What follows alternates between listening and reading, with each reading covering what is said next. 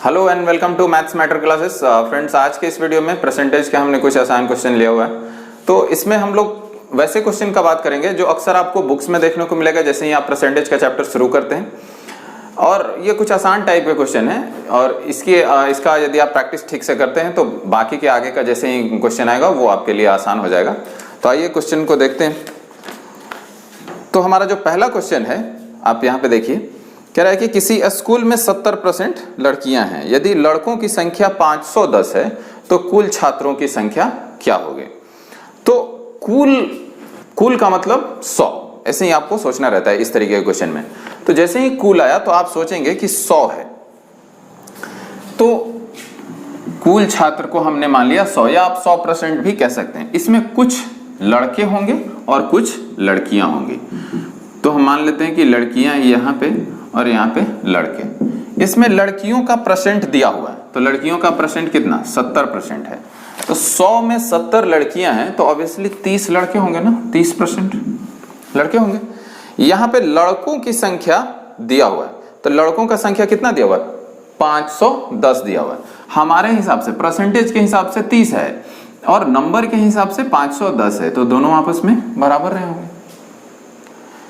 तो 30% बराबर 510, तो 1% बराबर कितना हो जाएगा 510 बटा में 30। तो 1 से 1 और 17 तिया 51 का मतलब 17। आपसे पूछ रहा है कुल, तो कुल कितना है 100 है ना, कुल क्या लेंगे 100 लेंगे।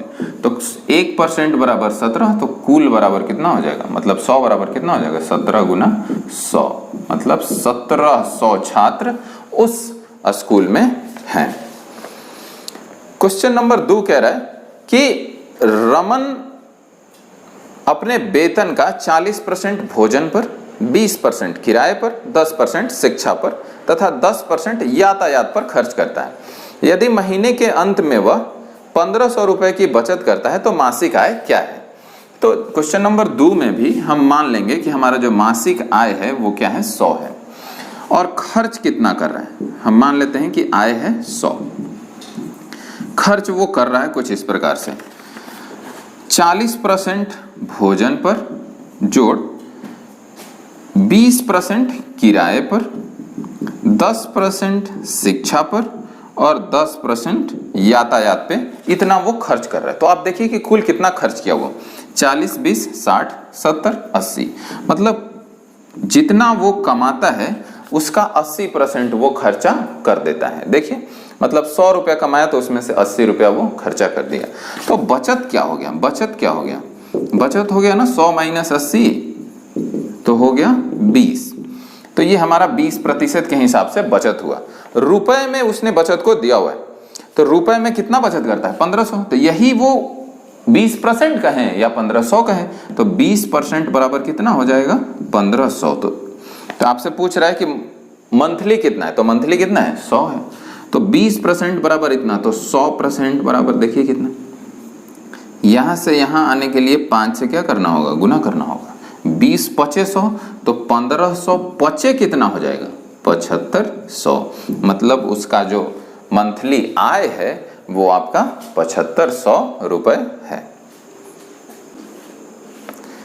अभी हमारा जो तीसरा नंबर क्वेश्चन है वो कह रहा है कि किसी छात्र को किसी धन का 3.5% निकालने को कहा गया, लेकिन गलती से उसने 5.5% 5.5% सुना। कह रहा है कि यदि उसका उत्तर 220 रुपया था तो सही उत्तर क्या होगा। तो उसका उत्तर वही होगा जो वो सुना होगा, और सही उत्तर वो होगा जो उसको निकालने के लिए कहा गया होगा। तो उसका उत्तर कितना है 220 है, तो और उसने सुना है कितना 5.5%, तो ये 5.5% के ही तो बराबर रहा होगा ना, मतलब 5.5% का मतलब कितना 220। तो सही उत्तर कितना, सही उत्तर तो 3.5% निकालने के लिए बोला गया था। तो यहां से 1% बराबर हो जाएगा एक नियम से 220 बटा 5.5, तो इसीलिए 3.5% बराबर हो जाएगा, ये जाके यहाँ पे गुना हो जाएगा, तो 3.5%। अब कट करेंगे, ऊपर में भी 1 अंक के बाद दशमलव तो ये गया, नीचे में भी 1 अंक के बाद दशमलव तो ये गया। अब देखिए 5 से ये भी कट रहा है, 5 से ये भी कट रहा है, तो 5 से ये कितना बार में 11 बार में, और 5 से ये कितना बार में 7, 5 7 35, 5 1 है 55, 11 से ये कट जाएगा 2 बार में 22, 1 0, तो यहाँ 7 दूना 14, तो 140। मतलब जो सही उत्तर है जो उसको निकालने के लिए बोला गया था वो आपका 140 हो जाएगा। जो सुना था उसके हिसाब से उसका आया था 220%। अब आइए क्वेश्चन नंबर 4 को पढ़ते हैं, और ये आपको परीक्षा में उत्तीर्ण और फेल वाला क्वेश्चन है जो आपको अक्सर दिखता है प्रैक्टिस सेट में, बुक्स में, एग्जाम में। कह रहा है कि किसी परीक्षा में उत्तीर्ण अंक कुल अंकों का 33% था। मतलब किसी को यदि 33% आ गया तो वो उत्तीर्ण माना जाएगा। उस परीक्षा में एक छात्र ने कुल अंकों का 25% प्राप्त किया तथा वह 40 अंकों से फेल हो गया। तो परीक्षा में कुल कितने अंक थे, ये ऐसा। तो परीक्षा में कुल कितने अंक रहे होंगे, 100 रहे होंगे, और उसमें से पास करेगा वो जिसको आ जाए 33%। मान लीजिए ये 100%, तो पास वही करेगा जिसको आएगा 33%। किसी परीक्षार्थी को, मान लीजिए ये आपका परीक्षार्थी है, तो इसको आया 25%, तो ये ऑब्वियसली फेल हो गया ना। आना चाहिए था 33%, तब तो पास होता, तो इसको आया 25%, तो फेल हो गया। लेकिन अगर इसको 40 अंक और आ जाता, तो 40 अंक और आ जाता तो ये पास हो जाता, मतलब इसके बराबर हो जाता। तो अगर हम 25% में 40 और जोड़ देते तो ये भी पास हो गया होता। तो ये भी पास का ही अंक है, ये भी पास होने का ही अंक है, तो ये दोनों आपस में क्या होंगे, बराबर हो जाएंगे। ये 25% उधर जाएगा, तो 33 में से 25 जाएगा तो कितना बचेगा, 5 3 8, तो 8%, तो 8% बराबर 40, तो 1% बराबर 40/8 का मतलब 5।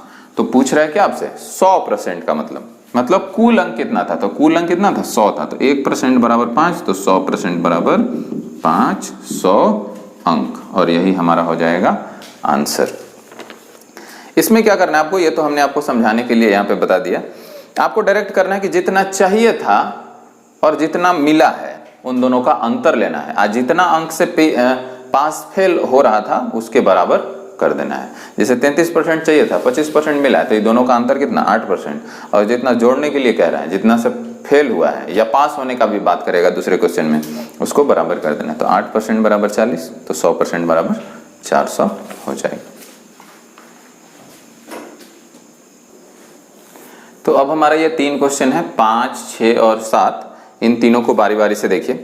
पहला क्वेश्चन कह रहा है कि एक परीक्षा में उत्तीर्णांक 540 थे, एक छात्र को 432 अंक मिलते हैं और वह 9% अंकों से फेल हो जाता है। उस परीक्षा में कुल अंक कितने थे? तो कुल ऑब्वियसली पीछे में जितना हम लोग मानते हैं 100, यही हमारा क्या है, कुल अंक है, कुल। तो और प्रतिशत में हम लोग इसको मानते हैं, प्रतिशत में कुल 100%। अब जरा देखिए कि पास वही हुआ होता, देखिए उत्तीर्णांक दिया हो, उत्तीर्णांक का मतलब क्या होता है, उत्तीर्ण होने वाला अंक, जिसको पाने से बच्चा उत्तीर्ण हो जाए एग्जाम में। तो उत्तीर्णांक दिया है 540 अंक, ये अंक है, ये प्रतिशत में है। तो जिसको 540 मार्क्स आ जाएंगे वो आपका उत्तीर्ण हो जाएगा या पास हो जाएगा। किसी छात्र को 432 अंक मिलते हैं लेकिन वो फेल हो जाता है क्योंकि ये इससे कम था। लेकिन यदि 9% और मिलते, 9% अंक और मिलते तो वो पास हो गया होता ना, क्योंकि 9% से ही तो फेल हुआ था। तो यदि हम 432 में जोड़ दें 9%, तो इतना अंक पाके बच्चा पास हो जाएगा, मतलब इसके बराबर हो जाएगा। तो ये भी अब पास का ही अंक है और ये भी पास का ही अंक है, तो ये दोनों आपस में क्या हो जाएंगे, बराबर हो जाएंगे। 432 को इधर लेके जाइए, तो 9% बराबर 540 माइनस 432, तो ये तो 40 हो गया। 432 से आप 500 के पास जाएंगे तो 68 हो जाएगा, और 68 और 40 कितना, 108 हो गया। 9% बराबर 108, तो 1% बराबर 108 बटा में 9, तो 12 9 अठोतल से, तो 12 में हो गया।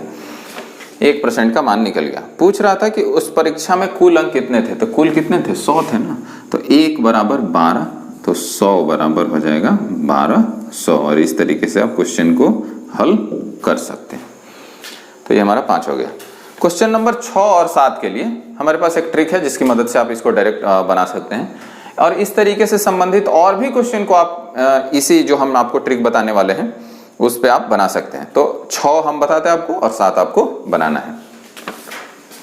क्वेश्चन नंबर 6 है, इसके लिए हमारा जो ट्रिक है इस प्रकार के क्वेश्चन के लिए क्या वो देखेंगे हम लोग। क्वेश्चन कह रहे हैं कि x y का 80% है तो y x का कितना परसेंट है। इसमें बच्चे कभी कभी कंफ्यूज हो जाते हैं, तो हम आपको बताते हैं इसके लिए ट्रिक क्या है। कि इसमें आपको करना कुछ नहीं है, 2 बार 100 को लिखना है, गुना करना है और बटा में जो प्रतिशत दिया हुआ है उसको लिख देना है। इसकी मदद से आप मात्र 5 सेकंड में, 2 सेकंड में, जितना जल्दी आप कैलकुलेशन कर सकते हैं उससे आप आंसर निकाल सकते हैं। तो इसमें देखिए 100 गुना 100 और दर प्रतिशत कितना दिया है, कह रहा है क्या कि एक्स वाई का 80% है, तो 80% यहाँ लिख देंगे या 80 लिख देंगे और यहाँ से जो आएगा वही आपका आंसर हो जाएगा। तो 20 से ये कितना 4 और 20 से ये कितना 5, 4 से ये कटेगा 25 बार में, 25 25 125, तो यही हमारा हो जाएगा आंसर। अगर कम और ज्यादा का बात क्या होता है कि y कितना परसेंट कम है या y कितना परसेंट ज्यादा है, तो इसको हम 100 से तुलना करते हैं, तो 100 से तुलना करते तो 25% ज्यादा आता है। या अगर कम का बात करता तो देखते कि 100 से कितना कम है, तो वो वहां से वो आंसर निकल पा रहा होता। और ये ट्रिक आप अप्लाई कर सकते हैं, बहुत आसान ट्रिक है ये। 7 को आप बनाइए और आंसर को कमेंट कीजिए, ऐसे हम आपको बना के दिखाते हैं यहाँ पे। 7 में कह रहे हैं कि यदि y का 90% x हो तो x का कितना परसेंट y है। सेम क्वेश्चन है लिखा हुआ है, तो यहां भी आपका जो आंसर हो जाएगा वो हो जाएगा क्या 100 गुना 100 बटा में 90, जो प्रतिशत दिया हुआ है वो 10 से 10 तो 1000 हो गया ना, 1000 बटा में 9 और 1000 बटा में 9 को भागा देना है। तो 9 एकम 9 10 फिर 9 फिर 10 9 एकम 9 पूर्णांक 1 बटा 9 प्रतिशत आंसर। तो ये जो आपका आंसर आने वाला है वो है हो जाएगा कितना, ऑप्शन नंबर ए 111.1% हो जाएगा। और इसी तरीके के क्वेश्चन को आप इस ट्रिक पे अप्लाई करके देख सकते हैं, बुक्स में ढूंढिए और इस क्वेश्चन को इसी ट्रिक से बनाने का कोशिश कीजिए। कम और ज्यादा भी यदि किसी क्वेश्चन में पूछ रहा है तो उसको भी आप इसी ट्रिक से बना सकते हैं। जैसे यहाँ देख रहे हैं कि 11.1/9% ज्यादा आ रहा है, क्योंकि 100 से उतना ही तो ये ज्यादा है। कम आएगा, जैसे मान लीजिए 80 आ गया तो 20% कम हो जाएगा। इसी तरीके से आप आंसर निकाल सकते हैं। तो फ्रेंड्स, आज के वीडियो में इतना ही, मिलेंगे आगे के वीडियो में आगे के क्वेश्चन के साथ। तब तक वीडियो को लाइक शेयर और सब्सक्राइब कीजिए, दोस्तों तक भी पहुंचाइए।